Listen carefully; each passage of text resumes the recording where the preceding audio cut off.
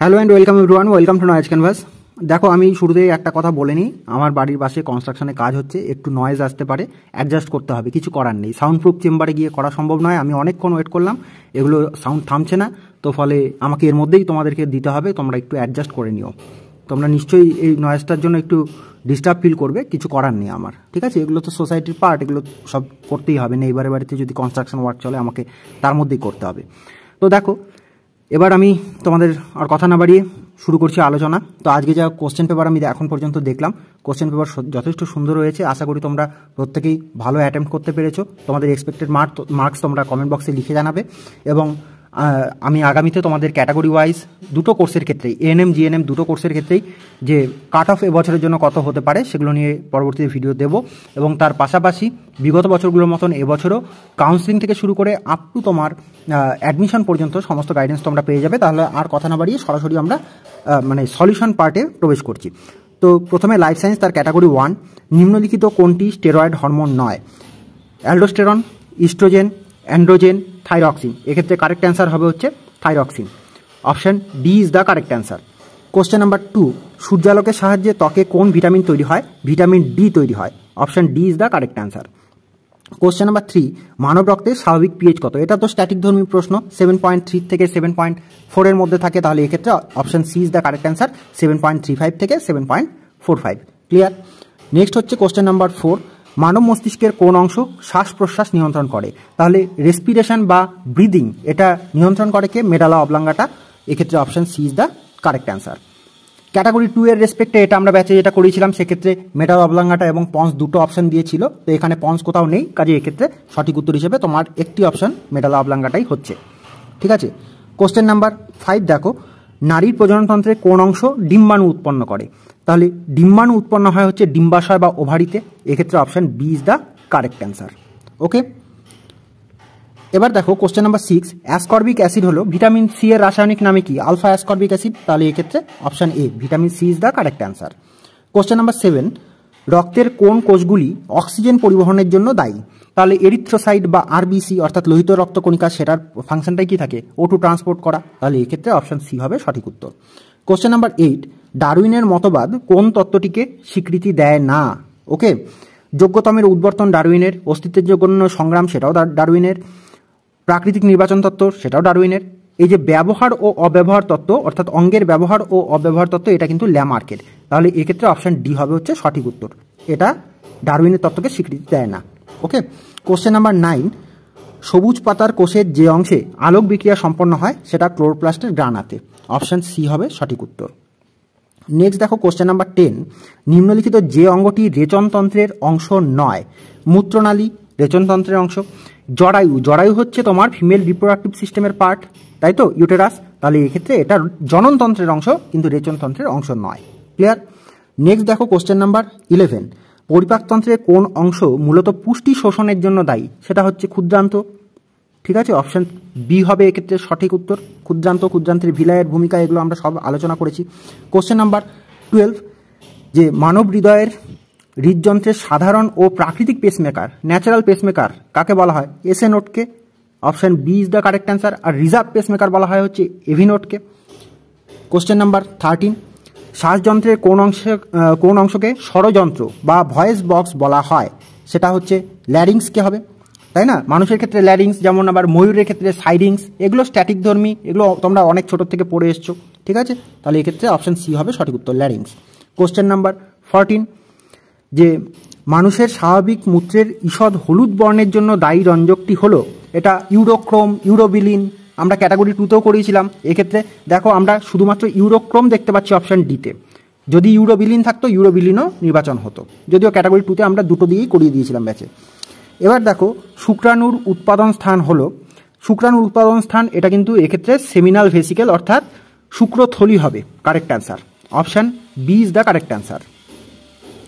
Next দেখো question number 16, meninges পর্দার মধ্যবর্তী স্থানের তরলটি হলো সেরিব্রোস্পাইনাল ফ্লুইড, সিএসএফ, যেটা এপেন্ডাইমাল কোষের থেকে সংশ্লেষিত হয়। CSF is the correct answer. Question number 17, ক্রিয়েটিনিজম ও মিক্সিডিমার কারণ হলো, এটা হয় থাইরক্সিনের কম ক্ষরণের জন্য অর্থাৎ থাইরক্সিনের স্বল্প ক্ষরণ। Option C is the correct answer. শিশুদের ক্ষেত্রে ক্রিয়েটিনিজম আর বড়দের ক্ষেত্রে বা প্রাপ্তবয়স্কদের ক্ষেত্রে মিক্সিডিমা হয়। ঠিক আছে, হাইপোসিক্রেশন অফ থাইরক্সিনের জন্য। নেক্সট দেখো কোশ্চেন নাম্বার 18, স্তন্যপায়ী প্রাণীর নিষেক প্রক্রিয়া সম্পন্ন হয় ফ্যালোপিয়ান টিউবে। Option A is the correct answer. Question number 19, যে রক্তনালী হৃদয় থেকে রক্ত বহন করে তাকে কি বলা হয়? তাকে বলা হয় হচ্ছে ধমনী। Option B is the correct answer. Question number 20, কোন রক্তের গ্রুপকে সার্বজনীন দাতা বলা হয়? ইউনিভার্সাল ডোনার হচ্ছে ও গ্রুপ। অপশান ডি হবে এক্ষেত্রে সঠিক উত্তর। কোশ্চেন নাম্বার 21, মানব হৃদয়ের কোন প্রকোষ্ঠের পেশির প্রাচীর সবচেয়ে মোটা বা সবচেয়ে পুরু? এটা হয় হচ্ছে বাম নিলয়ের। Option C is the correct answer. এটা কিন্তু PYQ এর থেকে রিপিট, প্রিভিয়াস ইয়ারে এই প্রশ্নটি এসেছিল, আবার রিপিট হয়েছে। ঠিক আছে।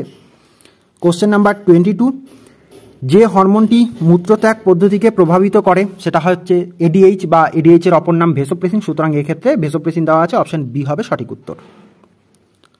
কোশ্চেন নাম্বার 23, চোখের কোন অংশ প্রবেশ করা আলোর পরিমাণ নিয়ন্ত্রণ করে?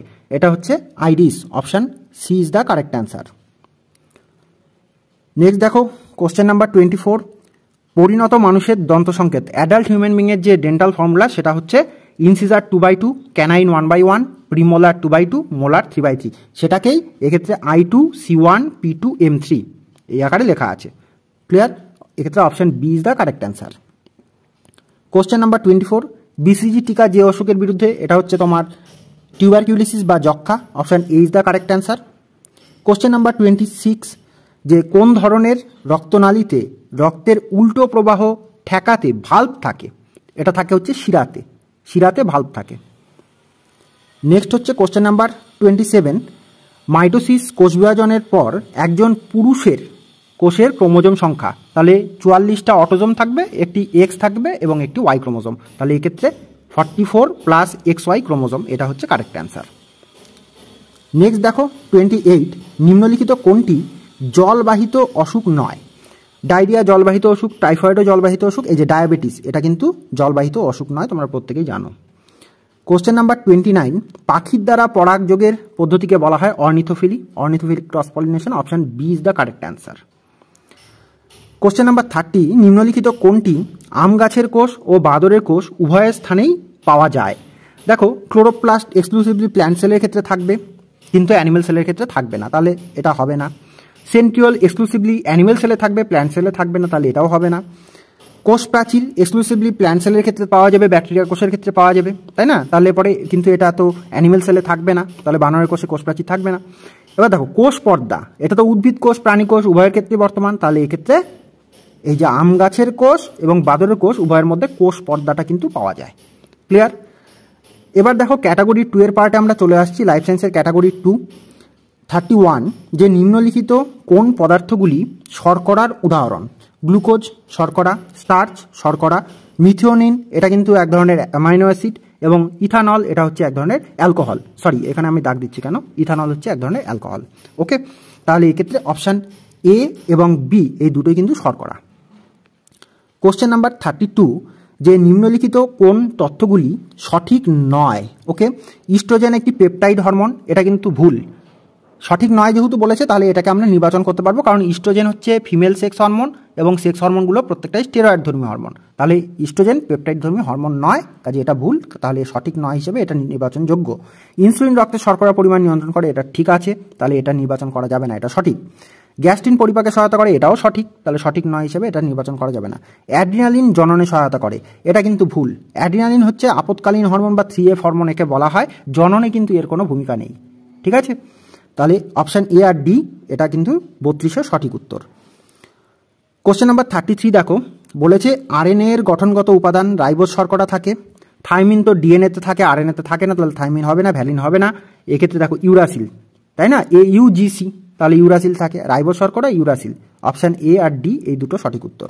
34 দেখো, নিম্নলিখিত কোন ভিটামিনগুলি চর্বিতে, চর্বি মানে ফ্যাটে দ্রবণীয়? তাহলে ফ্যাট সলিউবল ভিটামিন 4টি রয়েছে, A, D, E, K, তাহলে অপশান এতে আমরা ভিটামিন এ পাচ্ছি।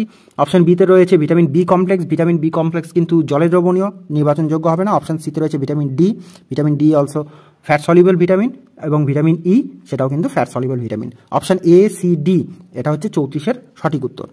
35 দেখো, নিম্নলিখিত কোনগুলি নারী প্রজননতন্ত্রের অংশ?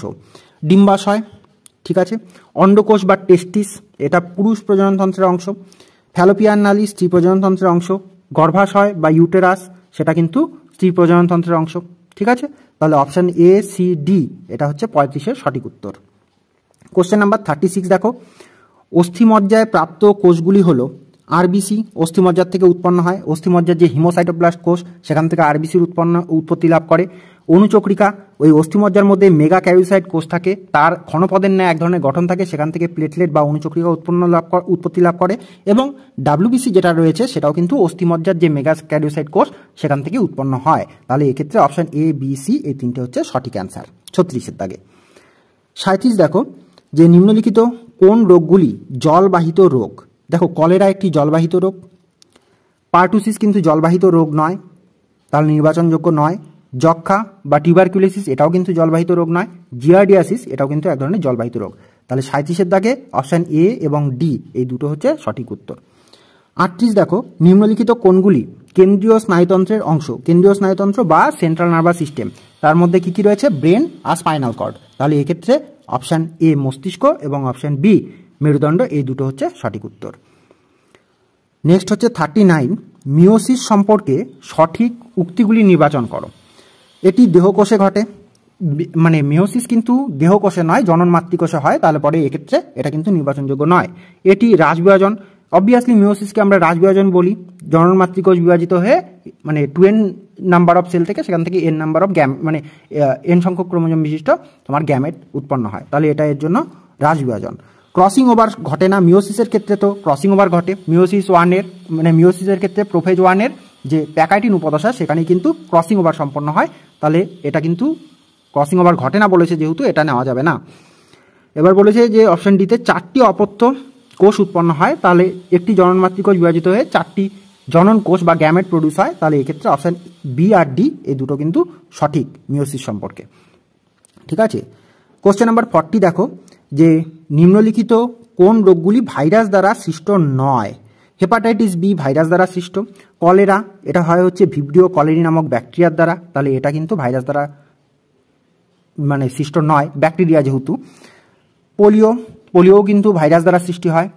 টাইফয়েড সালমোনেলা টাইফি নামক ব্যাকটেরিয়ার দ্বারা হয়, তাহলে এক্ষেত্রে কলেরা আর টাইফয়েড এই দুটো হচ্ছে অপশান বি আর ডিতে রয়েছে, যেগুলো ব্যাকটেরিয়া দ্বারা সৃষ্ট, ভাইরাস দ্বারা সৃষ্ট রোগ নয়, তাহলে সে অনুযায়ী এই দুটো নির্বাচনযোগ্য। তাহলে এই দিয়ে আমরা লাইফ সায়েন্সের পুরো পার্টের নির্ভুল সমাধান তোমাদেরকে প্রোভাইড করলাম। একে একে আমরা পার্ট ওয়াইজ প্রত্যেকটা সাবজেক্টই প্রোভাইড করে দিচ্ছি। ঠিক আছে, তো এই দেখো আমি বুঝতে পারছি এই কনস্ট্রাকশন ওয়ার্কের জন্য হয়তো তোমাদের কাছে এই ভিডিওতে অনেক সাউন্ড আসলো, কিন্তু কিছু করার নেই। আমি যেমনটা শুরুতেই তোমাদের কাছে সরি বলে শুরু করেছি আলোচনা, তো একটু এরকম হতে পারে, তবে তোমরা অ্যাডজাস্ট করে নিও। ভিডিওটি ভালো লাগলে লাইক করো, বন্ধু বান্ধবের সঙ্গে প্রচুর পরিমাণে শেয়ার করো। Thanks for watching.